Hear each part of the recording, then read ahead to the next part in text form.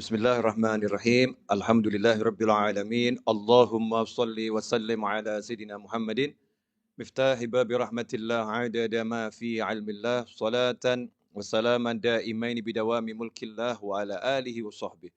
Allahumma shalli ala sayidina Muhammadin salatan taftahu biha lana futuhal arifin wa tufaqihuna biha fid din wa ala alihi wa sahbihi. Assalamualaikum warahmatullahi wabarakatuh. Sahabatku, saudara-saudaraku, kaum muslimin dan muslimat dimanapun antum berada, alhamdulillah kita bisa bertatap muka dalam keadaan sehat walafiat. Mudah-mudahan kesehatan lahiriah ini juga ditopang kesehatan batiniah, sehingga kita betul-betul sehat dalam arti yang sebenarnya di dunia sampai nanti ke jannah. Amin, Allahumma amin. Nah, menjadi manusia yang tenang. Pertanyaannya, kalau nggak jadi manusia yang tenang, mau jadi manusia yang seperti apa? Manusia yang kemerungsung kalau bahasa Jawa. Kemerungsung itu dalam bahasa Arabnya al-ajalah. Al-ajalah itu bukan tergesa-gesa. Walaupun salah satu arti al-ajalah adalah ketergesa-gesaan.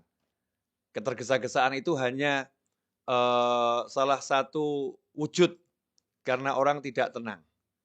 Maka dikatakan dalam sebuah riwayat, ata'anni minallah wal ajalah minasyaitan, atau kama qala sallallahu. Bersikap tenang itu adalah berasal dari Allah. Wal ajalah, dan bersikap tidak tenang, lawannya ata'anni tadi, bersikap tidak tenang adalah dari setan. Karena itu kalau kita pengen jadi manusia yang hidupnya itu selalu dalam naungan Allah Ta'ala, pertolongan Allah Ta'ala, rahmatnya Allah Ta'ala, maka kita harus bisa menjadi manusia yang tenang. Nah, caranya bagaimana? Ini yang akan kita bahas bersama. Insya Allah, doakan saya dikasih ilmu yang manfaat, sehingga antum bisa mendengarkan, dapat ilmu yang manfaat, dan manfaatnya berkelanjutan sampai ke jannah. Amin. Allahumma amin. Walaupun pertemuan kita sesaat, pertemuannya enggak lama, mudah-mudahan manfaatnya selama-lamanya. Amin. Kenapa kita jadi tidak tenang?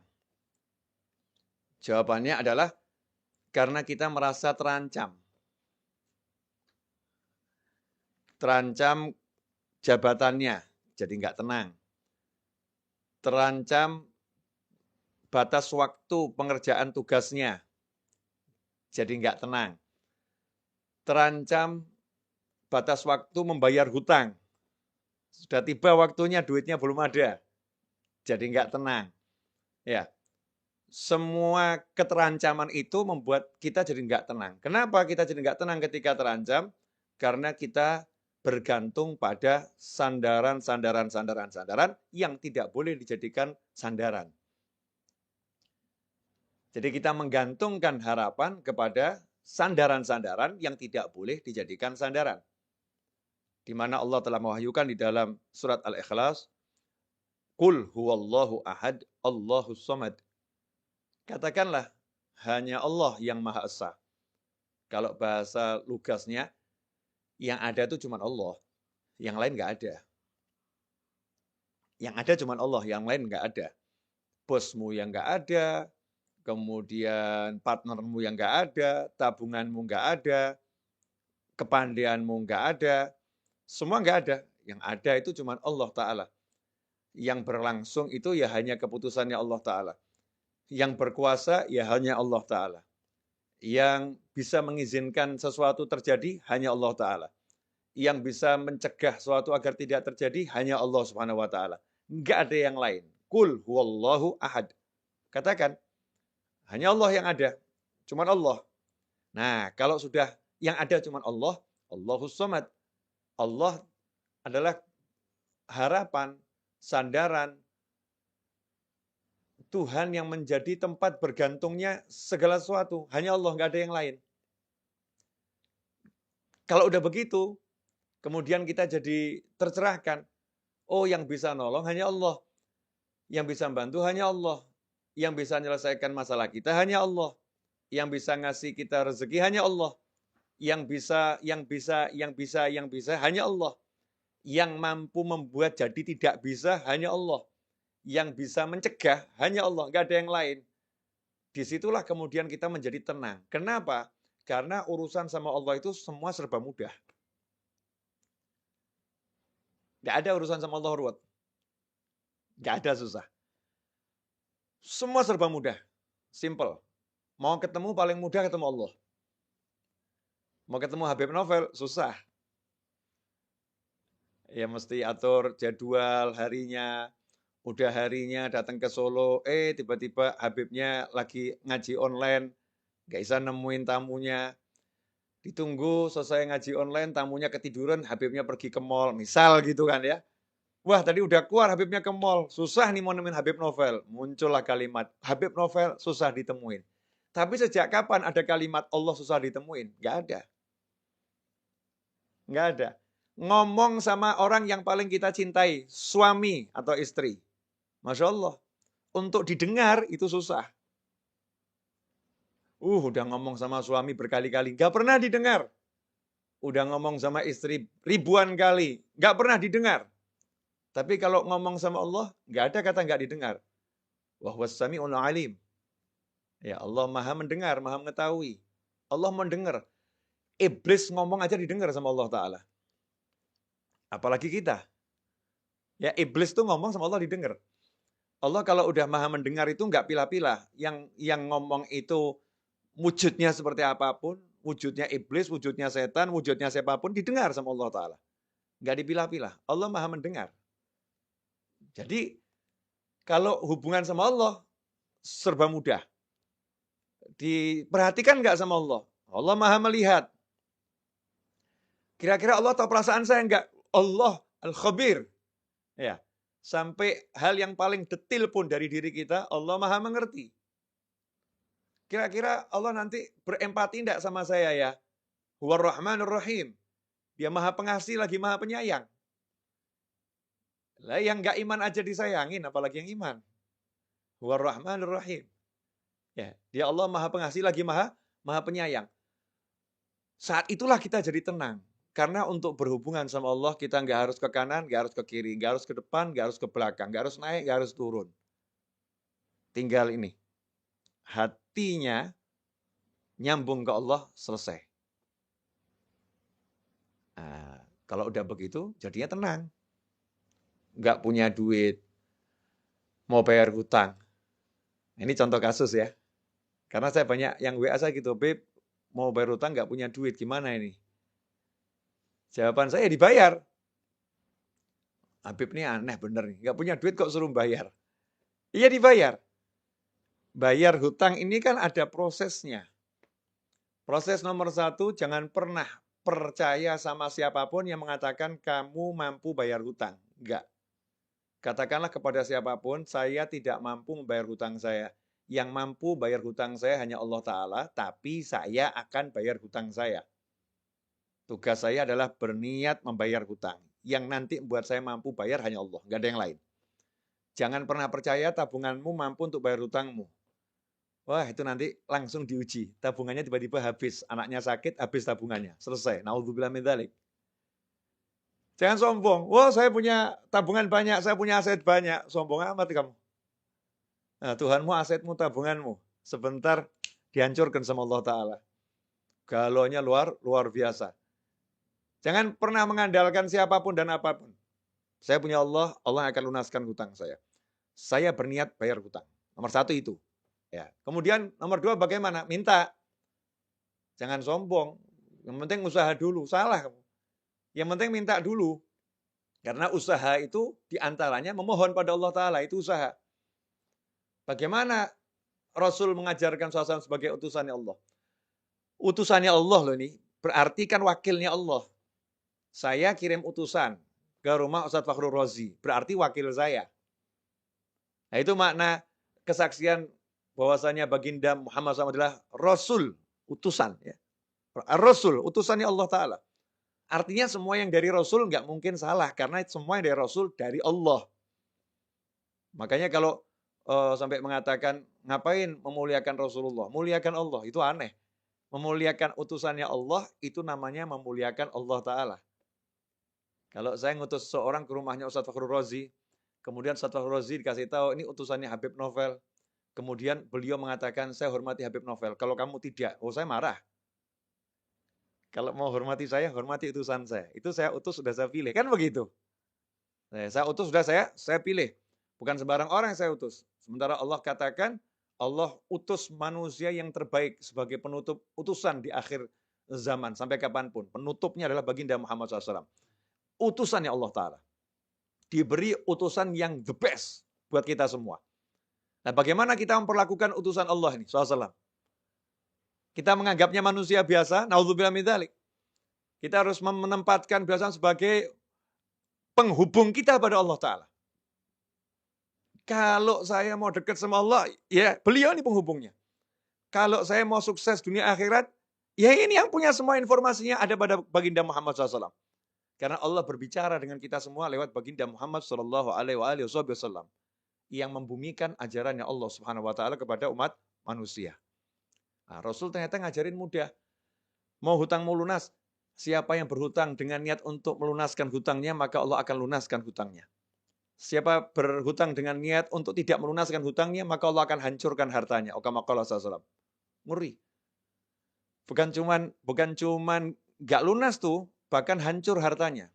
Bisnisnya akan remuk semua. Kalau niatnya nggak baik. Tapi kalau niatnya baik, mau melunaskan hutang, Allah akan melunaskan hutangnya. Nomor 1 itu. Kemudian nomor 2, suruh baca doa. Banyak sekali doa dan amalan dari Nabi Muhammad SAW. Ada yang menjadi amalan dibaca tiap pagi. Ada yang dibaca tiap selesai sholat. Amalkan semua itu. Yang amalan pagi hari diamalkan untuk pelunas hutang. Amalan selesai sholat diamalkan untuk pelunas hutang. Ya, kemudian apa lagi? Melunaskan hutang orang lain. Maksudnya kalau kita punya piutang nih, ya kita jadi manusia yang juga baik sama orang-orang yang nggak bisa bayar. Dah, kamu saya lunaskan. Walaupun kita masih punya hutang banyak ini. Tapi ini orang-orang susah semua, nggak bisa bayar. Kita lunaskan. Nah, nanti kalau kita udah begitu, ini tahap level awal dasar udah kita jalankan, maka rahmat udah datang tuh. Rahmati qaribum minal muhsinin. Rahmatku dekat dengan orang-orang yang suka berbuat kebajikan, orang-orang ihsan. Nah, tahap berikutnya mulai usaha. Ini tadi ya semua kan satu paket ya, jangan dipilah-pilah. Jangan dikasih jarak 2 tahun kemudian baru usaha, bukan loh ya. Bukan urutan waktu 2 tahun kemudian, 3 tahun, enggak. Segera langsung, usaha. Ini usaha saya untuk melunaskan hutang saya dengan izin Allah Ta'ala. Nah, nanti Allah akan apa? وَالَّذِينَ جَاهَدُوا فِينَا لَنَهْدِيَنَّهُمْ سُبُلَنَا وَإِنَّ اللَّهَ لَمَعَ الْمُحْسِنِينَ. Janjinya Allah Ta'ala, وَالَّذِينَ جَاهَدُوا فِينَا, dan barang siapa sungguh-sungguh menempuh jalan kami, salah satunya ini, sungguh-sungguh menempuh jalannya Allah Ta'ala dalam melunaskan hutang.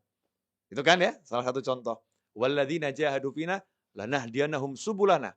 Maka kami akan tunjukkan, kami bimbing. Kalimatnya itu lanahdiyanahum dengan lam taukid, nun taukid. Kami sungguh akan bimbing dia menempuh jalan kami. Enggak suruh jalan sendiri. Allah enggak cuma kasih jalan, ini jalannya terus jalan sendiri, enggak. Jadi kalau hidayah itu selalu dengan bimbingan, guide, al-hadi. Selalu membimbing, enggak ditinggalkan. Dibimbing untuk menempuh bukan satu jalan, jalan-jalannya Allah Ta'ala. Sehingga orang yang sudah menerapkan syariatnya Nabi Muhammad SAW, tidak akan pernah kehilangan ide, tidak akan pernah kehabisan cara, tidak akan pernah kehabisan jalan, karena Allah bukan bimbing dia satu jalan, Allah akan bukakan miliaran jalan. Nih. Nah kalau begitu ya tenang saja. Lawang dikasih tahu sama Allah solusinya segitu banyak kok. Masa nggak tenang? Bleng. Lah yang ada sekarang gimana? Pusing. Mata gelap, nggak ada solusi. Gimana ini? Mentok, taunya cuma satu jalan. Jalannya apa? Cari duit. Lupa sama yang ngasih duit. Yaitu Allah Subhanahu wa Ta'ala. Nah, ini tenang ini kalau kita mau kembali pada Allah Subhanahu wa Ta'ala. Kalau kita nggak mau kembali sama Allah, nggak bakal tenang. Apapun yang kita andalkan akan buat kita susah. Apapun yang kita harapkan akan membuat kita menjadi galau, resah. Tapi kalau kita kembali pada Allah Ta'ala, bersandar sama Allah Ta'ala, maka selesai masalah. Contoh, ini contoh bersandar sama Allah. Kita masih ingat betul dalam hadis disebutkan, ada 3 orang berteduh di dalam sebuah gua. Ya, sebuah gua di sebuah bukit. Saat berteduh, tiba-tiba ada batu yang jatuh dari atas gunung itu, menutup persis di mulut gua. Tanpa celah. Ketiga orang di dalamnya tidak bisa keluar. Batunya besar. Ya, naluri manusia berusaha menggeser batu. 3 lelaki perkasa menggeser batu yang besar. Gotong royong bertiga itu dorong. Batunya enggak gerak. Orangnya yang terpental. Tuh, orangnya yang gerak, batunya enggak. Kenapa seperti itu? Karena batunya terlampau besar. Apa yang dilakukan? Apakah bersandar pada kekuatannya? Apakah bersandar pada tenaganya? Itu yang menyelesaikan masalah? Apa kemudian berharap ada orang nanti yang bawa traktor buka menyingkirin batunya, itu menyelesaikan masalah? Enggak. Yang diajarkan oleh Nabi Muhammad SAW saat itu adalah langsung kembali kepada Allah Ta'ala. Udah jangan mikir manusia lagi, udah kayak gitu kok mikir manusia. Ya siapa tahu ya nanti ada manusia di luar nolong saya, siapa tahu ada, siapa tahu ada. Ya yang pasti ada kan Allah, kalau yang lain kan nggak ada. Lah ngapain mikirin yang nggak ada, yang ada nggak dipikirin? Kan bodohnya kita luar biasa. Nah, kan Allah ada, selalu ada. La ilaha illallah Muhammadur Rasulullah SAW. Maka saat itulah yang satu mulai ngomong. Ini hadisnya kan panjang tuh ya. Saya ambil poin singkatnya saja. Ya Allah, saya pernah ya mencintai seorang wanita. Cinta luar biasa. Dia saya ajak zina. Selalu menolak. Suatu ketika akhirnya dia butuh duit, dia mau. Nah, ketika dia sudah mau saya ajak zina, uang udah saya serahkan karena dia butuh duit tadi untuk kepentingan keluarganya yang mendesak. Tapi dia ini orang yang baik, terus dia bilang sama saya gitu, takutlah sama Allah. Akhirnya saya tinggalkan dia, uangnya nggak saya ambil, dia saya tinggalkan karena saya takut sama kamu ya Allah. Kalau ini ikhlas karena kamu ya Allah, tolong ya beri kami jalan keluar dari masalah ini. Yang terjadi apa? Batu yang gede bergeser tanpa ada yang geser. Cuman belum cukup. Karena Allah ingin mengajarkan kepada yang lain. Ini kan masalah berjamaah. Masa yang dikasih solusi cuma satu orang, yang lain enggak. Maka yang lain disuruh juga, ayo kalian gimana? Yang satu, saya ini sama ibu saya, ya cerita yang cukup populer nih hadis ini. Yang satu saya sama karyawan saya. Akhirnya berkat tiga-tiga ini minta tolong sama Allah dengan ya tawassul pada amalan yang dipersembahkan untuk Allah Ta'ala. Hasilnya apa? Tergeser batu itu, selesai. Jadi sebetulnya mudah ya nyelesain masalah itu. Ngerayu Allah. Ya, suruh ngerayu Allah aja kok nggak bisa ngerayu suaminya, Masya Allah. Sampai nangis-nangis. Ya, nangis. Ngerayu suaminya. Nggak dikasih. Tolong yang beliin handphone yang. Udah nangis nggak dikasih. Sakit itu. Ngerayu istrinya. Ayo yang pindah rumah gitu ya. Di rumah orang tua saya, ikut orang tua saya. Suaminya yang ngerayu istrinya. Sampai nangis. Istrinya tambah marah-marah. Pinter ngerayunya. Gagal juga. Ya sakit hati. Nah ini kalau kita merayu Allah Subhanahu Wa Taala, Masya Allah, merayu Allah itu mudah. Allah itu dirayu dengan oleh hambanya itu senang gitu. Karena Allah maha mencintai. Ya Allah maha mencintai. Jika kalau ada yang merayu Allah, Allah senang. Ya tinggal kita bermanja-manja sama Allah Subhanahu Wa Taala. Ya Allah, wah cari duit susah ya Allah. Ini kata orang-orang cari duit susah ya Allah. Tapi kalau carinya dari kamu nggak pernah susah kan ya Allah. Ya, please ya Allah, ini saya lagi mau jualan barang nih ya Allah. Cuman hasilnya nggak banyak ya Allah. Saya mau jualan kamera, hasilnya paling 8 juta ya Allah. Cuman saya minta rezekinya 1 miliar ya Allah. Malaikat ketahuan, ini manusia yang pinter ini. Yang lain ngomong sama dia, ini orang ngelamun. Jual barang 8 juta kok minta rezeki 1 miliar. Ini orang ngelamun ini. Ini kata manusia yang ngelamun. Malaikat bilang ini orang pinter ini. Karena dia mintanya sama Allah, bukan sama kamera yang mau dia jual. Dia mintanya sama Allah Subhanahu Wa Ta'ala. Subhanallah. Tiba-tiba kameranya nggak laku, duitnya datang banyak. Dus. Ya, tiba-tiba. Nah, dari mana itu? Wa may yattaqillaha yaj'al lahu makhrajan wa yarzuqhu min haitsu la yahtasib. Siapa bertakwa kepada Allah. Jadi jangan terbiasa sama teori-teori yang diajarkan sama yang mengajarkan itu loh. Tapi terbiasalah dengan bukan teori, tetapi hukum pasti dari yang maha menciptakan kita semua. Yaitu Allah subhanahu wa ta'ala. Hukum pasti dari utusannya Allah subhanahu wa ta'ala, yaitu baginda Muhammad SAW. Yang lainnya itu teori. Kalau Rasulullah SAW adalah hukum pasti. Kalau Allah hukum pasti. Teori banyak salahnya, perlu diuji. Tapi kalau hukum pasti, nggak mungkin salah. Karena itu wahyu ilahi dan sabda Nabi Muhammad SAW. Enak kan? Allah bilang nih sama kita semua. Ya, tapi yang diajak bicara yang iman loh ya. Kalau nggak percaya ya terserah, bukan mukmin. Oh, kita ini mukmin semua kan? Nah, mukmin diajak bicara sama Allah. Kalau nggak iman ya ngapain saya ajak bicara? Ini yang diajak bicara yang beriman. Wa may yattaqillaha, kalau udah bicara iman jangan pakai akal. Ini akal ini suka membuat orang yang beriman jadi rusak imannya. Iman itu yang membedakan antara mukmin sama orang yang nggak mukmin. Yang nggak mukmin pakai akal saja. Tapi kalau yang mukmin nggak butuh akal dia. Aku percaya sama Allah kok. Nah, gimana? Ya urusannya Allah. Aku percaya sama Allah, selesai. Itu mukmin. Walaupun orang yang beriman akalnya dipakai untuk menambah keimanannya. Ya, untuk memperkuat keimanannya, untuk menyampaikan kepada orang lain agar bisa menjadi beriman pula. Tetapi ketika dia beriman, dia nggak butuh akal gitu. Dia cukup butuhkan hatinya yang meyakini Allah Subhanahu wa taala. Subhanallah. Wa may yattaqillaha. Allah yang bilang nih.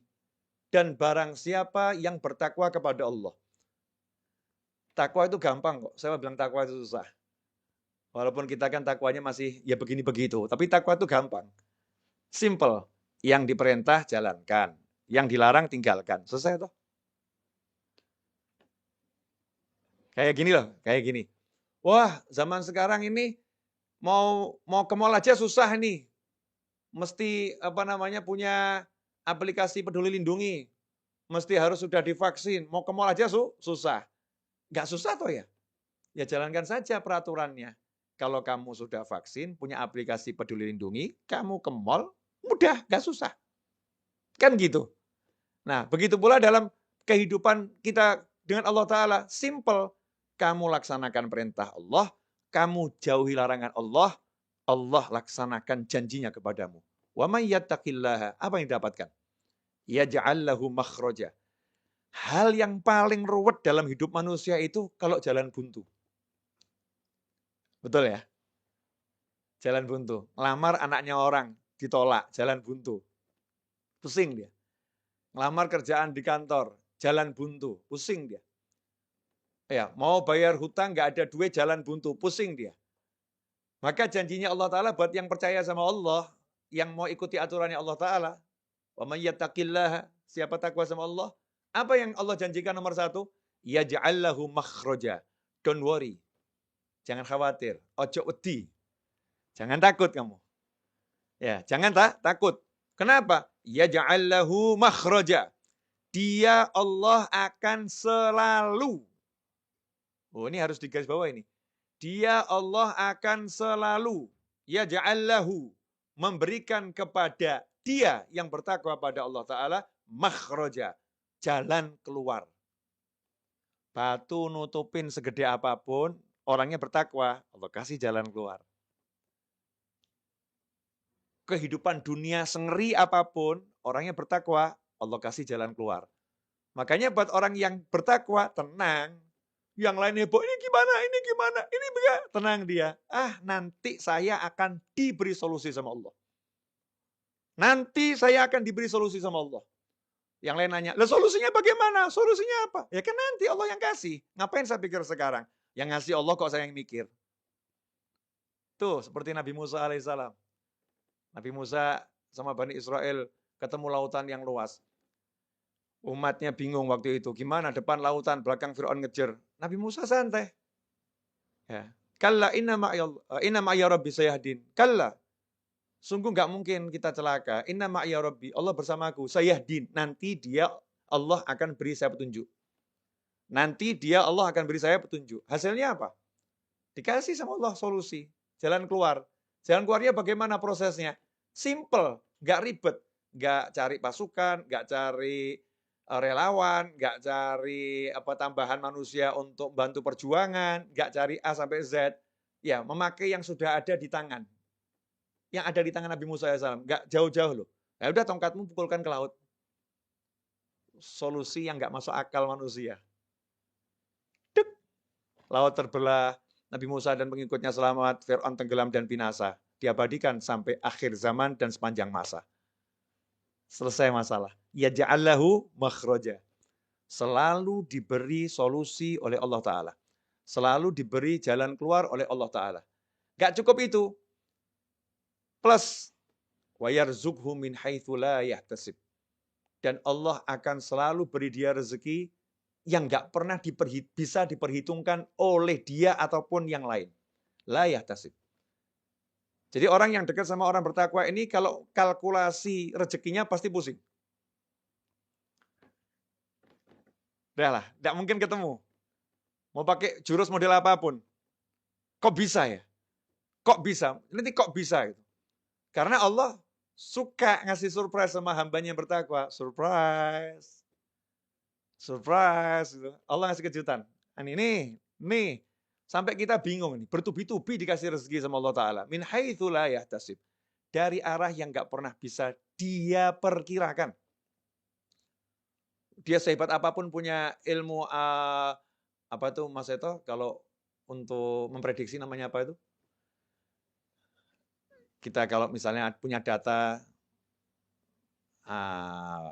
apa itu istilahnya itu? Seperti Google tuh punya, kalau Google bisa bagus itu karena punya, bukan AI Mas itu.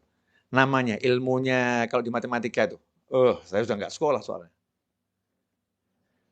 Apa nih Mas Seto? Atau ini siapa pemirsa yang tahu nih? Ya, coba ditulis di chat. Apa namanya itu? Statistik. Ya, ketemu. Nanya sama kalian nggak dijawab, udah nanya sama langit. Statistik. Ilmu statistik. Ya, walaupun dia punya data yang lengkap, ya kehidupan Pak Yai ini dari umur sekian sampai sekian didata semua koleganya sampai terus dia perkiraan saya hari ini Pak Yai, Habib, Ustadz, ya Fulan atau Fulanah akan dapat rezeki dari arah sini. Allah akan kasih arah yang lain. Yang ngasih aku bukan statistikmu. Aku udah bilang, yaj'allahu makhraja wa yarzuqhu min haitsu la yahtasib. Udah la yahtasib, udah jangan kamu hitung. Jangan kamu pikir, jangan kamu cari-cari, nggak bisa. La yahtasib. Allah udah bilang, nggak pernah bisa diduga rezekinya orang yang bertakwa. Nggak bisa, itu Allah menunjukkan kemampuannya memberi rezeki. Allah menunjukkan kuasaannya dalam beri rezeki. Allah menunjukkan otoritasnya kepada manusia. Kamu nggak bisa, hanya aku yang bisa. Asyik itu. Min haitsu la yahtasib. Jadi tenang, orang bertakwa itu nggak pernah mikirin rezekinya hari ini atau besok. Tugasnya apa? Jalankan perintah, tinggalkan larangan. Perintahnya suami cari nafkah. Ya, cara cari nafkah keluar ke pasar misalnya. Ya keluar ke pasar. Perintahnya ketika keluar ke pasar bagaimana? Berdoa. Perintahnya ketika di pasar bagaimana? Baca doa, jaga pandangan, jaga pendengaran. Cari rezeki ke pasar, ngerumpi, gunjing, ghibah, namimah. Masya Allah. Teriak-teriak, saya tiap hari udah ke pasar, saya udah kerja. Kamu kerja nggak pakai caranya Allah? Bagaimana kamu dapat rezeki yang surprise? Makanya rezeki kamu ya hitung-hitungan tadi. Pusing kepalanya. Ya, pusing kepalanya. Ikhwani rahimakumullah. Ini yang perlu dipahami, bahwasanya kalau orang udah percaya sama Allah Ta'ala, tenang hatinya. Dia nggak akan pilih cara-cara yang lain. Mau pakar A sampai Z yang nggak ngurus, yang dia urus caranya Allah, cara Rasulullah SAW. Nah, nanti termasuk caranya Rasulullah, itu caranya ulama. Ya bagaimana pendapat para ulama, bagaimana petunjuk para ulama, hidupnya hanya begitu. Hidup ini singkat kok, mohon maaf loh ya. 60-70 tahun itu rata-rata umur kita. Hidup sampai 60-70 tahun kok cuman dibuat mikir cari duit, itu kan bodohnya kita luar biasa. Duit itu nggak usah dicari ya, pasti datang kok. Tapi ya usaha. Nah, usaha itu doa, ya. Usaha itu pergi ke pasar, kan gitu. Tapi jangan mikir cari duit, jangan. Habis energi. Ya, sayang. Mikir cari solusi. Nah, ini juga kebodohan kita. Solusi kok dipikir. Solusi itu diberi. Yang beri siapa? Ya ja'allahu makhraja. Yang beri Allah. Yang ngasih masalah Allah, yang beri solusi Allah. Selesai. Loh, cara mintanya sama Allah bagaimana? Ya, cara mintanya takwa, gampang. Jalankan perintah, jauhi larangan. Selesai. Ini sekarang sukanya yang aneh-aneh. Suka hidup ruwet, mumet, pusing. Ya, pakai cara-cara yang nggak benar, cara yang nggak beres. Cara yang benar, yang beres nggak dijalankan. Yang nggak beres dijalankan, yang beres nggak dijalankan. Ini menyebabkan kita hidup dalam ketidaktenangan. Maka untuk menjadi manusia yang tenang, kita harus betul-betul qul huwallahu ahad, Allahus somad. Nah, insyaallah 30 menit saya berbicara ini barokah, ya, manfaat. Kendati seperti yang tadi saya sampaikan, singkat, ya, mudah-mudahan manfaat. Dan sampai nanti jannah manfaatnya nggak berhenti. Terus, ya, terus nyambung manfaatnya. Karena kita bersama-sama belajar untuk menjadi manusia yang ingat kembali bahwasannya untuk menjadi tenang, mudah kembali pada Allah, maka kita akan menjadi tenang setenang-tenangnya. Jazakumullah khairan Ustaz Fakhrur Razi atas waktunya, atas kesempatannya. Insyaallah kita ketemu lagi di waktu yang akan datang, dan semoga Ustaz Fakhrur Razi beserta sekolahannya, ya, beserta guru-guru yang di sana, wali murid, semua yang bekerja di sana, diberi oleh Allah Ta'ala kemudahan dalam segala hal yang diridhoi Allah Ta'ala, dijauhkan dari segala kesulitan, dari segala petaka, musibah, diberi kesehatan lahiriah dan batiniah, dijadikan anak didiknya bisa menjadi orang-orang yang semakin bertakwa pada Allah Subhanahu wa Ta'ala, dan mudah-mudahan diberi rezeki zahiran wa batinan, berlimpah ruah, datang dari segala arah tanpa susah payah, dan insya Allah kita semua oleh Allah Subhanahu wa Ta'ala dijadikan sebagai orang-orang saling mencintai di jalan Allah, orang-orang saling menyayangi di jalan Allah, saling mengunjungi di jalan Allah, dan kelak kita dipertemukan dengan baginda Muhammad sallallahu alaihi wasallam. Dan semoga setelah usia panjang dalam semua kebaikan, kenikmatan, ketaatan, keridhaan, kebaikan, kekayaan, kemudahan, kesenangan, kita diberi akhir usia husnil khatimah. Wassallallahu ala sayyidina Muhammadin wa alihi wasallam walhamdulillahi rabbil alamin. Amin. Walafu minkum, saya undur diri, Ustaz Faurozi dan kawan-kawan. Insyaallah kita bertemu kembali di lain kesempatan. Wassalamualaikum warahmatullahi wabarakatuh.